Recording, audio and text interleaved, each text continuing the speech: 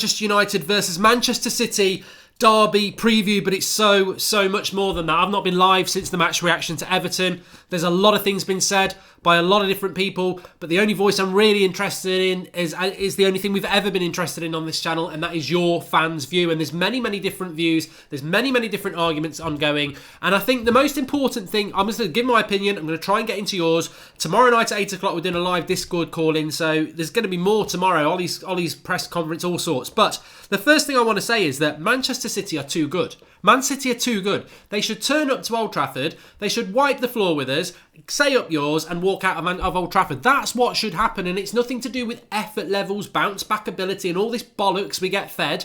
The reality is, Manchester City, as a football club, not as a fan base, because that doesn't exist, but as a football club, the way they run it, their manager, their philosophy, their playing staff is on another level to us. And if they come up and play to half of their best ability on Wednesday, they'll play us off the park because they've got a philosophy. They've got very good players, and we will not be good enough. But having said that, it's a Manchester derby. I've seen years and years of Manchester derbies. I remember before Manchester City really existed, when they were a real club, when they were not that good, and anything could happen in a Manchester derby. Plus, we were absolutely awful against Everton. So anything could happen in this game. We could turn up. There's some interesting quotes from players. But what I want to say straight away is, and I don't normally do this straight away, I want you to look at that lineup on my left, because I know a lot of people aren't going to agree with this, but there's two things I want to say. Why is people saying throw the youth in? I mean, I just find that absolutely unfair. Like, why would you chuck Mason Greenwood, Tahith Chong, Angel Gomez, James Garner into a game like this? I go back to what I said a minute ago. Manchester City are too good. Doesn't matter, and I believe Mason Greenwood could be one of the best players we've ever produced, but he's not at the moment. And throwing him into a game like that could massively damage his reputation, his confidence, and not his reputation, but his confidence.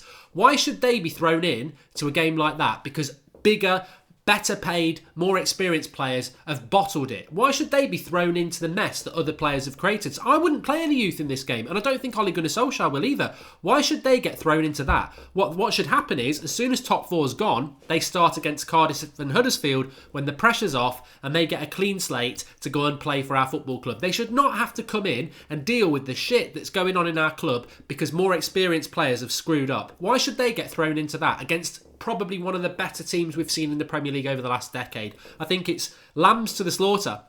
No matter how good you think Greenwood is, no matter how good you think Gomez is, you throw them in against that Man City team and we get annihilated 7-8, 9-0, you might be ruining the rest of those lads' careers. So I wouldn't do it. I don't think it's fair to them. And I also think it's a get-out-of-jail card for the lazy bastards who played at the weekend. That, you know what? The team on the left is the team I would go with. And also, I want to say this. What do we learn if you play Alexis Sanchez? What do we learn if you play Juan Mata? I've heard people saying this stuff as well. Drop Martial, drop Pogba, drop Rashford, play Alexis Sanchez, play Juan Mata. What will we learn if we play Alexis Sanchez and Juan Mata? They're finished footballers. They're done. They might be able to give us 1 or 2 games every now and again, but they are done. They are not the future. They are not what this club's all about. One of them is particularly massively overpaid. I don't care if he runs around for Chile with his dogs in tow. He is not the future of Manchester United, and unfortunately neither is Juan Mata because of his age. So I don't agree with playing those sort of players as well. I don't agree with playing Phil Jones and Ashley Young because they're Manchester United old boys. They get what the club's all about. That's the sort of nonsense that's destroying this football club. It's the same with, there's a few other players, and I don't want to throw them under the bus because some of them are young, but they're not good enough. They're not good enough. Manchester United seems to be lost in this cycle of, if you play for the shirt and you try, you're in the team. Let's just put a team out of players who want to play for the shirt on Wednesday night in a Manchester derby. Tell you what, we put a video out at lunchtime today, United at Stand FC. If you want 11 players who are quite good at football, who will play for the shirt, just get them lot. Because do not insult Manchester United fan base by playing the likes of Phil Jones and Ashley Young because they'll give 100%. That bollocks is the sort of thing that thrives in League 2. This is Manchester United, the best club in the world, elect. And we are playing duds. We are playing absolute duds. That is not the way to do this. You know what team I'd pick in the derby? And yes, Martial was crap at the weekend, but so was Marcus Rashford. I would go with the team that we're not selling the whole team. Many of us probably would love to sell the whole team at the moment, but that's not going to happen. It's never happened in football. This is not FIFA. This is real life. So what I would do with the team against Man City is I would pick the team that in my head I want to build for the future. Now, obviously, you're going to add 3 or 4, 5 players in the summer, hopefully. But for now, who, if they play to their potential, are the players that you want to play for Manchester United? Not people who are going to run through brick walls for you. Not people who are overpaid dog walkers who, let's give them a chance to teach people a lesson. So it's De Gea in goal. It's Dalot at right back. Dalot was crap against Everton, but he's a young lad, and you've got to stick with him. It's Smalling and Lindelof because that's the best we've got. It's Luke Shaw because Luke Shaw's done nothing wrong. The midfield 3, it's Fred because Matic is absolute pants and slow, and Man City will annihilate him. So you put Fred in because he's actually a bit of a baller. He's a bit quick. If Ander Herrera's still injured, I'd still play him because I think Ander Herrera is exactly what that team misses. Some bite, some passion, some understanding of it. I mean, remember the game at the Etihad? Was it last season or the season before where he walked off at half-time and spat on the Man City badge? He gets what it's all about. And I would play him if he's got one lung. I'd play him with one leg because he gets what it's all about. Pogba, in fairness, I think Pogba's going to put in a performance. The modern football is about ego. And Paul Pogba's come out today and said, basically what a few people have said, basically what De Gea has said, that it was a disgusting performance, it was disrespectful to the fans, it was disrespectful, all this stuff, right?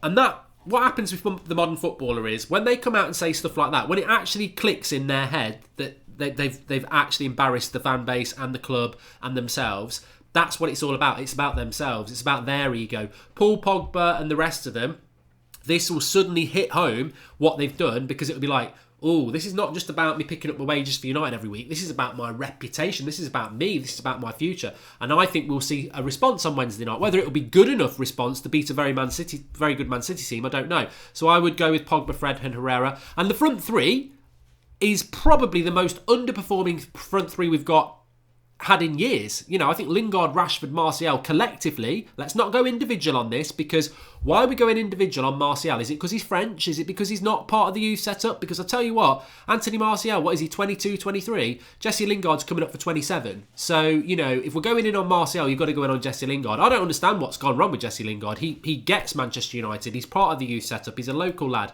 He knows what it's all about. I don't know what's gone wrong with him, but I choose not to go individually on Martial, because I think that Rashford and Lingard have been as bad, if not worse. And people talk about effort and everything like that. And yeah, maybe Rashford does track back a bit, but I haven't seen Lingard doing much of that either. I think collectively, they've been an embarrassment, but collectively, that's the best front 3 we've got at the moment. And of course, in the summer, we change it. But don't start telling me that Lukaku should start, or Mata should start, or Sanchez should start. Where's the future in that? Lukaku is never going to be a Manchester United striker if we want to get in the top 4. Sanchez is he's just got to go. And Juan Mata's just too old. So you've got to go on Wednesday night in a game that we're probably going to lose anyway. You've got to go with the team that is going to be your best team, really, at the moment. And to chuck youth into that would be massively selfish and massively naive. And I know a lot of people want to do it, and I thought about it as well. But chucking young players in against Man City, why do they deserve that? Why do they deserve to be thrown in to the absolute disaster that Wednesday night could be? We could get absolutely annihilated by a very, very good football team. And I don't think the young players deserve to do that. So I would go with that team. And as I said, what do you learn? What do you learn if you make examples of people like Martial and Rashford and you play Sanchez? What do we learn from that? He's useless. He's got no future at the club.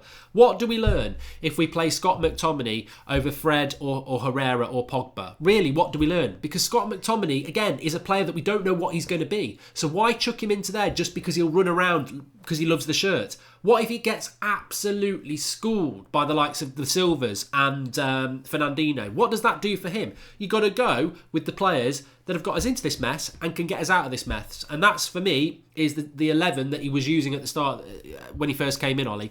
Donny van de Beek, 30 million, his highest asking price, could turn into the next Van der Man, says Chloe Jenkins. Yep, sounds interesting, Chloe. But bringing it back to what we're talking about, which is Manchester City versus Manchester United, at the end of the day, you've just got to try and get 11 players with the best ability you can to go toe-to-toe with Manchester City and try and put some pride back into the shirt. But what I would say is, whatever happens on Wednesday night, it's just a plaster. It's a plaster. If they go and beat Man City, it wouldn't surprise me, because we did it a year ago. We did it at the Etihad. We were 2-0 down at half-time. We win the second half 3-2. The very next week, we play West Brom and we get beat at home. So if they win on Wednesday night, I mean, some people will say they'll be really pissed off because they will probably hand the title to Liverpool. But if I think, we've still got a chance for top four. Of course, we've got to try and win this game. That's what's in my mind. But if we do win on Wednesday night, I'll be pissed off. Not because we've given Liverpool the title. That's a separate matter. I'll be annoyed because I don't trust this team. I don't trust it. And that'll just be another example of why I don't trust it, because if you can turn up against this Man City team and beat it, why can't you turn up at Everton? Why can't you turn up at Wolves? Why can't you turn up at all the other bloody games that you've not turned up over the last few years? That's what'll annoy me, not about Liverpool. Look, Liverpool win the league. They deserve to win the league. That's what I would say. I don't want them to, but if they do, they do. And us thinking that we're somehow, the king, holders of the throne. Well, how sad and pathetic is that? How sad and pathetic is that we are potentially taking power from the fact that we're shit, but we might be able to stop Liverpool winning the league. It's pathetic. I'm really concerned about next season, says Victor Garcia. Well, we'll talk about that in a moment. But in relation to this game, I can see United doing something ridiculous, like pulling off a win. And, if we could then go and take that into Chelsea, Huddersfield and Cardiff and get top four, great. But would you trust us? We'd probably be buzzing off beating City and not turn up against Chelsea, because that's the mentality of these players. It's interesting because Paul Pogba said, what did he say? I was confused by that performance. We said all the right things and then we go out and we put a performance in like that. I'm not confused, Paul. I'm not confused at all. I'm very, very used to this. I don't trust you or that team, because you consistently will play well in one game and then you'll go into another game and we'll think, oh, surely we're going to do well in this, and then we don't. That's what you are. You're all a bunch of inconsistent bottlers, elect. And that's why we'll never do anything with this squad. It needs massive wholesale changes. And this goes back, I've got to say this before we talk about future and transfers and the summer and etc, etc. If you go to Everton, who are a team, and this is the same against Man City on Wednesday night, so it's relevant. If you go to Everton, who are a team that for the last, as long as I can remember at Goodison Park, when United go to Goodison Park, they'll press you high up the pitch, they'll be aggressive, they'll move the ball quickly, and the crowd will be up for it. That's standard. Goodison Park's always been like that. The atmosphere is brilliant. It'd be a shame when they move away from there, because it's an atmospheric ground. They may not be able to have the talent that some of the top six have got, but they will fight you. They'll move the ball quickly, and that's what they did. And that was always going to happen. So if you go to Everton and you move your only ball-playing centre-back to right-back, you play the Chuckle brothers at centre-back, you put static Matic as your CDM, and you put Lukaku as your number 9, you've basically just destroyed the whole centre of your team. Now, yeah, of course, Fred and Pogba are in there, but they're sandwiched. They're a shit sandwich, effectively. They've got Lukaku, who is like, every time the ball hits him, it bounces off anywhere. You've got Matic, who is basically like a can of Red Bull on a hot summer's day, with wasps absolutely battering him because he's so slow. He's not going anywhere. He is that kind of Red Bull. It won't move. So anytime he gets the ball, he's getting swarmed. You've got Jones and Smalling, who basically, if De Gea passes it out to them, they're basically like invisible men. The ball will just go through them. They're not feeding anybody. So I must say this, if we do this again against Man City, we will get battered. And this is where, tactically, I wonder about the likes of Carrick, McKenna, Ollie, Phelan, because it's the only criticism I had about yesterday, but it was the same thing against Barcelona. What was the plan? We had no Luke Shaw, so we were going to be weak up the left-hand side. You've got two centre-backs. Lindelof's at right-back, and he got absolutely annihilated because he's not good enough for right-back. He's a centre-back. You've got two centre-backs who can't play the ball out from the back and are basically the Chuckle brothers. You've got Matic, who takes a million touches when one will do, and is slow. And then you've got Lukaku, who can't hold it up. I mean, actually, of course, the players take a lot of blame for yesterday, but imagine if they'd played to the peak of their ability, or even average, which they didn't. I still think we would have lost yesterday, because that spine of the team was just unforgivably weird. Why not just play Lindelof with Smalling? Why not play Fred centre defensive midfield, and why not put Rashford up as number 9? That team becomes a better footballing team straight away. So I want to be even-handed here. The players were absolutely disgraceful, but I thought the tactics were odd as well. And when Pogba says, "Oh, I was confused," that makes me go back to that. because actually, tactically, we were set up badly as well. Sharath Kamath Fitness, if Young starts again, I will end up being a flip-flop too. Ollie can't start Young again and again. Sterling will end his already done career. No, the best thing Ollie did against Everton was drop him. The worst thing he did was bring him on the pitch and allow him to have the captain's armband again. It was 2-0 when Ashley Young came on. It was 4-0 at the end of the game, and we were worse in the second half than we were in the first, which was very, very hard. And I think Ashley Young gave the ball away loads again. So he's just awful. He's an awful footballer. John Richardson, thoughts on Real Madrid rumoured to bid 150 million for Paul Pogba. Personally, I would keep him and build the team around him. John, I'm going to say something that's going to really divide opinion here. I love Paul Pogba. I'd sell him for 150 million because I don't think United's the right fit for Paul Pogba, and I don't think Manchester United will do what you've said, which is build a team around him. To build a team around Paul Pogba, I've said this before, he can't be the best player in the team. He needs 2 or 3 players better than him, and then he will be world class himself. But he can't carry the team as the best player in the team. We've seen that for 3 years. He needs 2 or 3 players better than him, either behind a CDM, a midfielder next to him, or a couple in front of him. And we're not going to do that. So I think at the end of the day, it's not about, get rid of Pogba because he dabs and all this nonsense. I really like Paul Pogba. I just don't think it's right for him. I don't think it's right for us. We've not built the team the right way around Paul Pogba. We think he's going to be the focal point. He's going to run the team. He's not. He needs 2 better players around him, and they didn't figure that out. And it's costing us time. So 150 million for Pogba. He goes off, and at Real Madrid, he will have those 2 or 3 better players with him, and he'll become a good player. And at United, we use 150 million pounds to build a team properly, on top of what Ollie's got as well. If Ander Herrera would you play in his position? I would play Ander Herrera, Sasha Joe, yes. And Ray Cole Brian Morey says, don't care about giving Liverpool the league. We don't want Europa League next year. We must try and beat City. I don't think we're going to get top 4. Not because I don't think we'll beat Man City, but because I don't think we'll beat Chelsea. But if you want top 4, we've got to beat Man City. It's as simple as that. It's going to be very, very hard. The only reason I'm not saying Man City are going to win this comfortably is because it's a Manchester derby at Old Trafford, and the players will definitely be up for it because that's how flip-floppy they are. They can play absolutely pants against Everton, and then because the world's watching and their ego's on the line, they'll play well against Man City. And that's what these bottling, flip-flop, mercenary footballers are all about. And you know what? Until you prove us otherwise, you're going to get it. I don't care anymore. You're going to get it. I was speaking to Flex today. We both love Martial. He said he was disgusted by him at Goodison Park with the lack of tracking back and everything like that.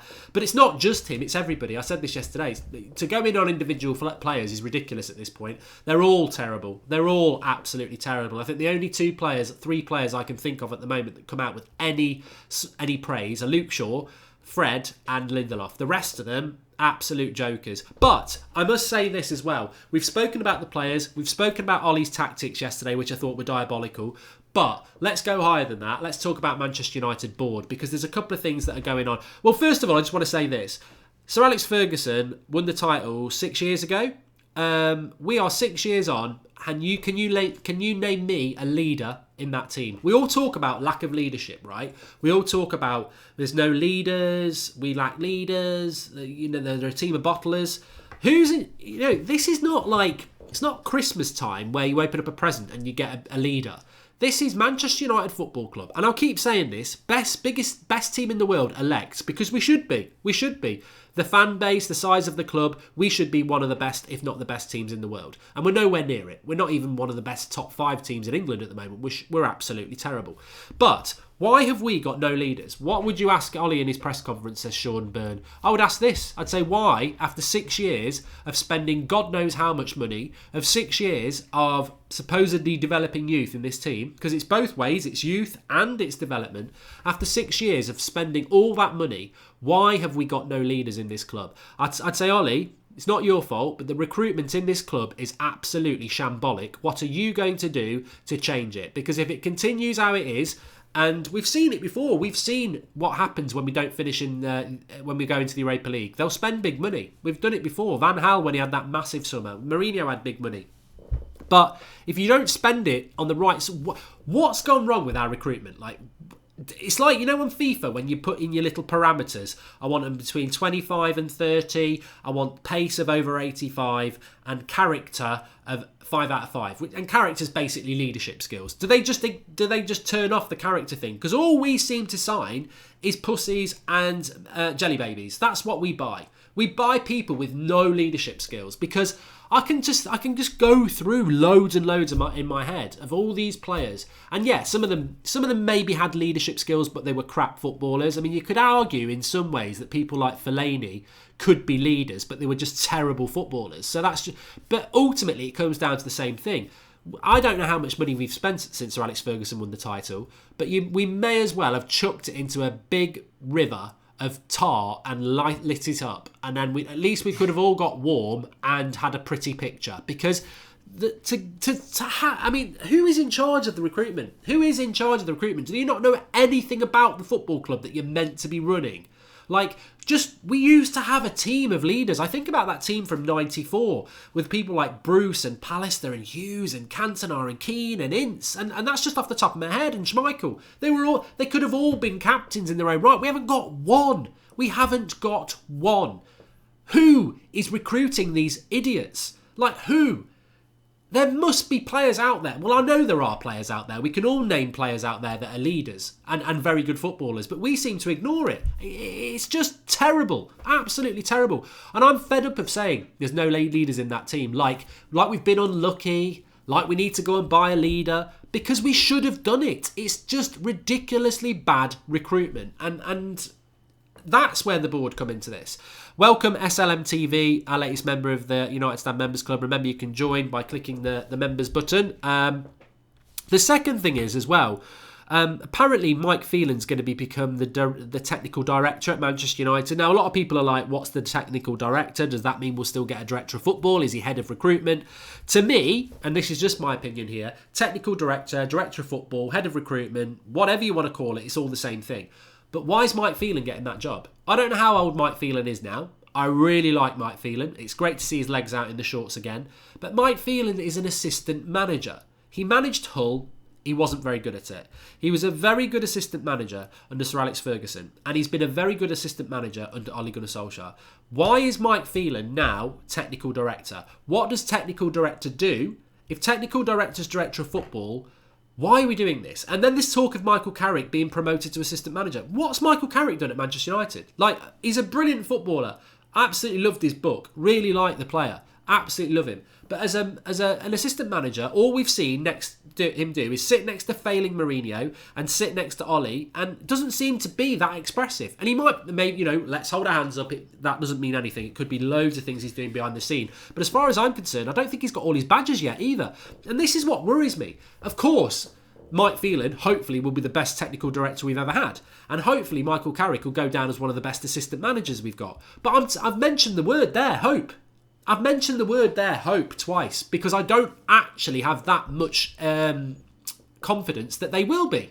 So we're hoping. And this is it. This is what I keep saying. Manchester United, best club in the world, elect. But the recruitment is that of a bloody championship side. It is ridiculous. Why are we not going out and getting the best director of football that money can buy? Because that's what Manchester United should have. That's what Man City do. That's what Liverpool do. And we're only talking about England here, not the rest of Europe. Why are we not going out for the club that we are and getting the best director of football we can get? Why are we not doing that? Is it money saving? Is it emotion? I don't know. And the same with the assistant manager. If Mike Phelan's going to be the director of football or technical director, why is Michael Carrick going to be the assistant manager? Why don't we go out and get an assistant manager who is one of the best assistant managers in the world? We've already got Ollie at the wheel. We've already got Ollie, 99 goal scorer. We've already got Ollie who knows the club by the back of his hand. Why do we need Michael Carrick next to him as well? Because he knows the club like the back of his hand, but has got zero experience. How's about we go and get an assistant manager who actually hasn't got anything to do with United?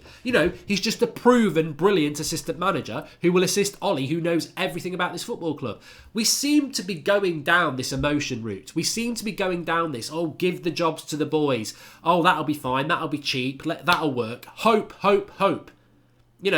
As Paul said on that fan cam all that time, hoof, hoof, hoof. I just feel everything about Manchester United is hope, hope, hope. Hopefully we'll put in a big performance on Wednesday night and please the fans again. Hopefully this movement of staff will work out. Bollocks to hope. bollocks to hope. We're Manchester United. You know you've got the resources. You know you've got the money. Why won't you go and spend it? Why is it all about... You know what? Somebody said to me today, I think this is just another indication that the Glazers are looking to sell the club long term. Not short term. I don't think it's going to happen this summer. But I think it's all about manoeuvring staff internally, not spending any major money, not doing anything that's major, and just manoeuvring stuff about so that they can sell the club. They don't want to spend money. And that's why the contracts are being run down, because they don't want to spend a load of money, because they know it's all their profit. These players need to start to respect the shirt and realise what it means to put it on the shirt is more important than the name on the back of it, says Ricky916. Well, yeah, I saw Rio say exactly that, and I do agree with you on that. I think that I just think that the team is lost. It's absolutely lost, and I think the job is too big for anybody. It's not, you know, when I say it's too big for Ole Gunnar Solskjaer, I don't mean like he can't do the job. He can do the job, and I have to believe that Ole Gunnar Solskjaer will get this right. I loved his quote that I will be successful at United, but some of those players won't be there with me. He's right, and I hope he will be successful. But this job could be impossible. It could be the impossible job. You could put Zidane there. You could give it to Pochettino. You could give it to Pep. You could give it to Ole. They can all fail. I think that's the grand scale of the job that's there in front of it. I'm not even confident that anybody can turn this around. You don't know what they're up against. You don't know what the board are going to do. You don't know what's going on in the dressing room. I mean, did you not find it weird yesterday that we're losing at times 2-0 at half-time, 3-0, 4-0 after 60 minutes? He made 2 defensive substitutions. I think Phil Jones got himself injured again. What a surprise. Well done to everybody who decided to give him a 5-year contract. Everybody I've spoken to who's a fan of United have said, do not give Phil Jones a contract. Doesn't matter if he's Maldini or how good he is, he'll get himself injured. No, let's give him a 5-year contract. So you've got ridiculously thick business decisions going on like that, and then you've got absolutely brilliantly stupid decisions like letting Ander Herrera leave for nothing. It gets better all the time. It gets better all the time. But, yeah, the job itself could... I mean, no, what I'm saying there is, so we're losing 3 or 4-0. You look at the bench, you've got Juan Mata, who, yeah, I think Mata's finished, but he's an experienced player. You've got Alexis Sanchez, the best played player in the league, and you've got Jesse Lingard, who is United through and through, gets what it's all about. He doesn't bring any of them on. Like, he didn't bring any of those players on. He brought Pereira on. And I was just sat there thinking today, I was like, it's this haphazard, fuzzy thinking. It wouldn't surprise me if he started Lingard, Mata and Sanchez against Man City, but he won't give him a minute against Everton. It's fuzzy thinking. And you know what? That is what Ollie needs to do quicker, sooner rather than later. Get some bloody clarity on what your best 11 is, and whether they're performing or not, stick by it. Kick it, boot it, put it on the line, say, you know, you're not going anywhere, so you better sort this out. But stop changing and chopping and changing. Stop going back to the plonker old boys as well, like Jones and Young. Just don't use them. They're not good enough. Nobody wants them. And this is the problem we have. I was reading today that Marseille want to sign Marcus Rojo, but they probably won't sign him because his wages are too much. Oh, what a bloody surprise again. We can't get rid of loads of players because we play them too much in the bloody first place. There is so much to solve at that club that it may well be mission impossible. But what we need is some conviction. What we need is some consistency. And you know what? If Ollie wants to play Alexis Sanchez, play him. You know, if you want to play Lukaku at number 9, play him. But we can't just keep rotating. As I said so many times, I think that the 4-3-3 formation that we used for the first 3 months predominantly, we knew what the best 11 was and we knew what the formation was. We knew our front 6 was Matic, Pogba, Herrera, and we knew it was Lingard, Martial and Rashford, and it worked really well. Over the last 2 months, because of injuries, etc., we've not been able to do it. We need to get back to that. We need to get back to some consistency. Gerard Kennedy says, ashamed to say this, but I don't want us to win. We can't help Liverpool in any way, shape or form, but don't want us to be embarrassed either. Look, we need to win. You can't forfeit a game of football. I understand why people want us to. I don't want Liverpool to win the league either. If Man City turn up at Old Trafford on Wednesday night and they're too good for us no matter how well we play, then, you know, there's nothing you can do about that. It's just an indication of how bad we are. But if we can get a win in that game, then I'll be annoyed.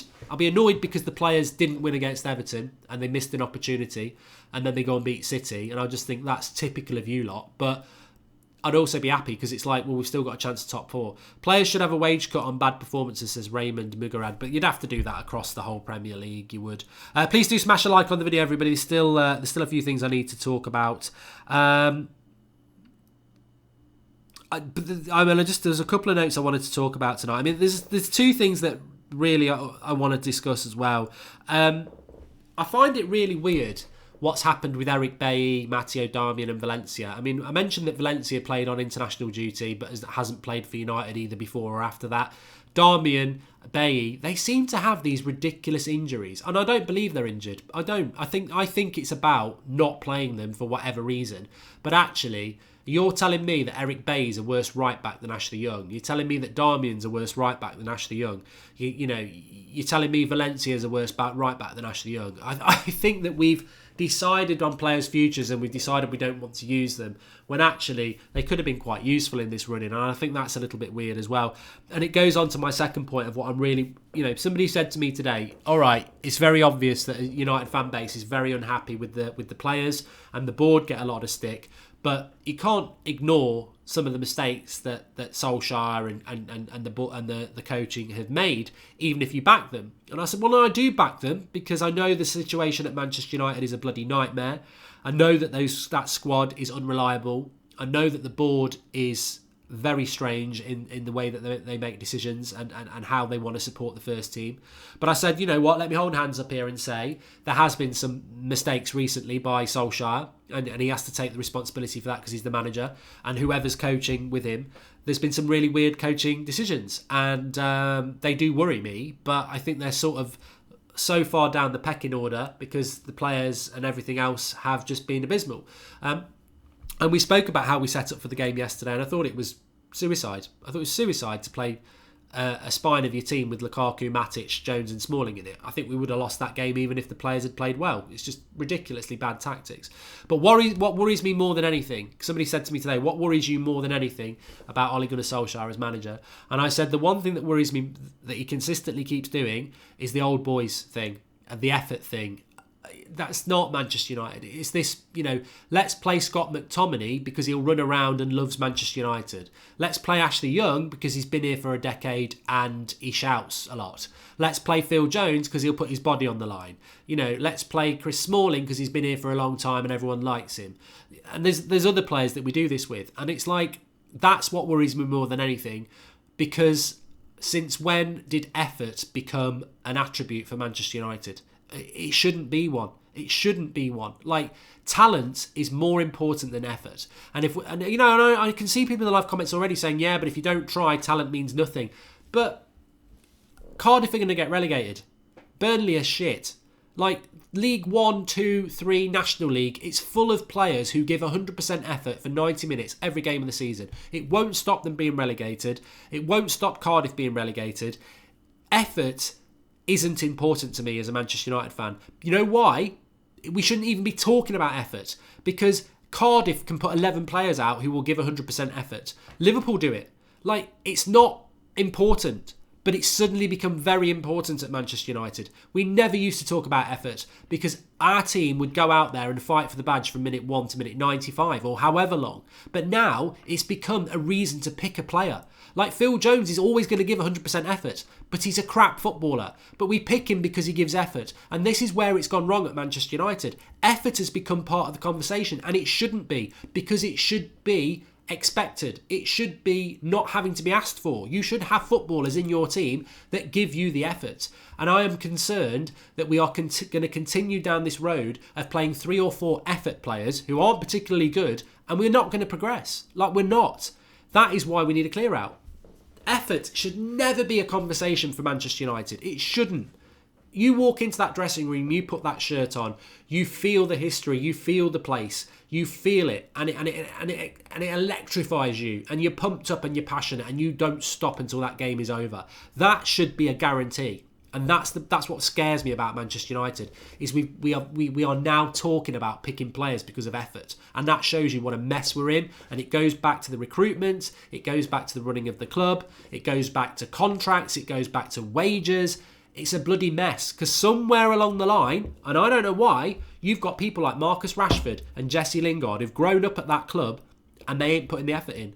They're not putting the ability in. And I don't know why that is. You don't know what's going on behind the scenes. But when you've got local lads who've come through the youth setup performing like they are, you've got a problem. Like, I'm not saying they're downing tools. I'm not saying they're doing it on purpose. But they are not playing anywhere near their levels, and that is a problem. We are in a big problem, this football club, and the winning in the derby won't change that away.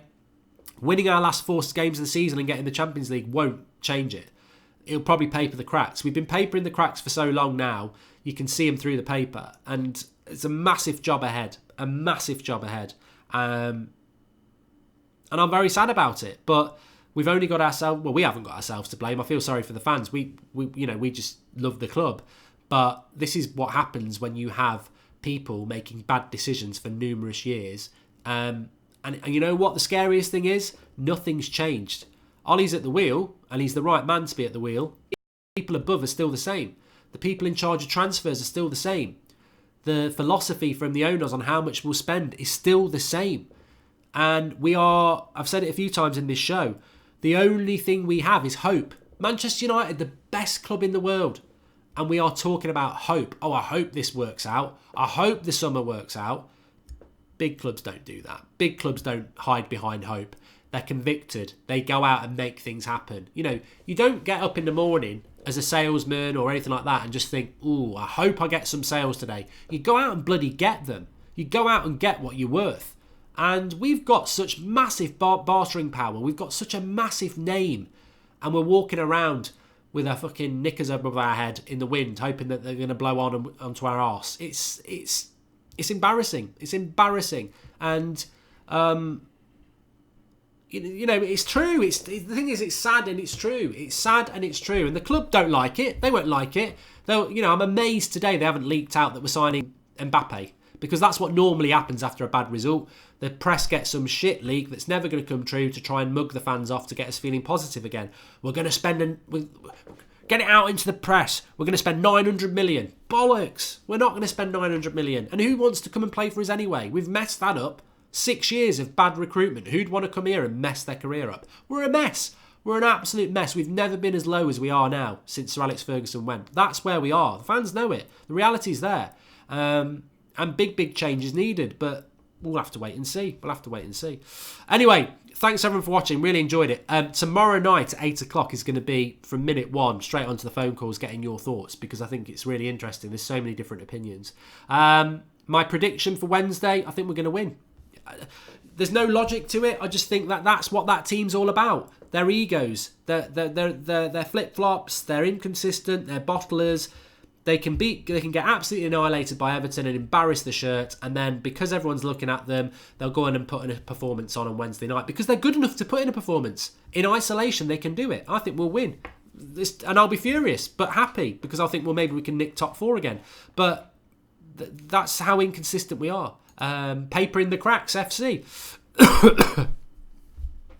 Michael Gerwin says, I don't care how talented you are. If you're not going to give it all your every second of every game, you can't. Off somewhere else. Simple. Thanks for that, Michael. And Gerard Kennedy says, Mark, can I ask what your thoughts are on Gary Neville's rant yesterday? For me, he's 100% right. I thought he was 100% right as well. The only thing I would say about Gary Neville is he never seems to go in on the English players, and it always seems to be about the players that we've bought, and I can understand that as an ex-product of the youth setup, but the cold harsh facts is I love Marcus Rashford, I like Jesse Lingard, I love Anthony Martial, but they're all an absolute embarrassment. There's no player worse in that. There's no player worse than that. They're all an embarrassment, and that's the worrying thing. It'd be easy if it was just Martial and you could go, he's not from Manchester, he's not English, maybe he's just here for the money, but it's all of them. There's something going on in that football club, and I don't know what it is. I wish I did, but there's something going on in that football club. To have a whole team bottling it the way we are, with all the different personalities and all the different backgrounds and all the different experiences of Manchester United, for them all to be doing it, there's something going on in that club, and I think it's in disarray. I think the dressing room is in disarray. I think there are factions. I think there are fallouts. There are people not getting on. I think a lot of it's to do with Alexis Sanchez's wages as well. I think a lot of it's to do with the way Ander Herrera's been treated, the way De Gea's been treated, the way the club just has no structure and is a joke. I think players are just disillusioned and not focused, and it's very, very sad. Anyway, speak to you all tomorrow morning. We've got a Ole Gunnar Solskjaer press conference reaction at 10 a.m, so that's going to be very interesting. Join me live for that. And if you want to watch some proper football, actually, with a proper manager, with some proper tactics, make sure you watch the United Stand FC first game. Click the eye in the top right-hand corner. Goldbridge at the wheel. There's a cracking goal in there at 5 minutes and some really good team players that we're building there. So give it a watch if you want to watch some good football. Thanks everyone for watching. Speak to you tomorrow.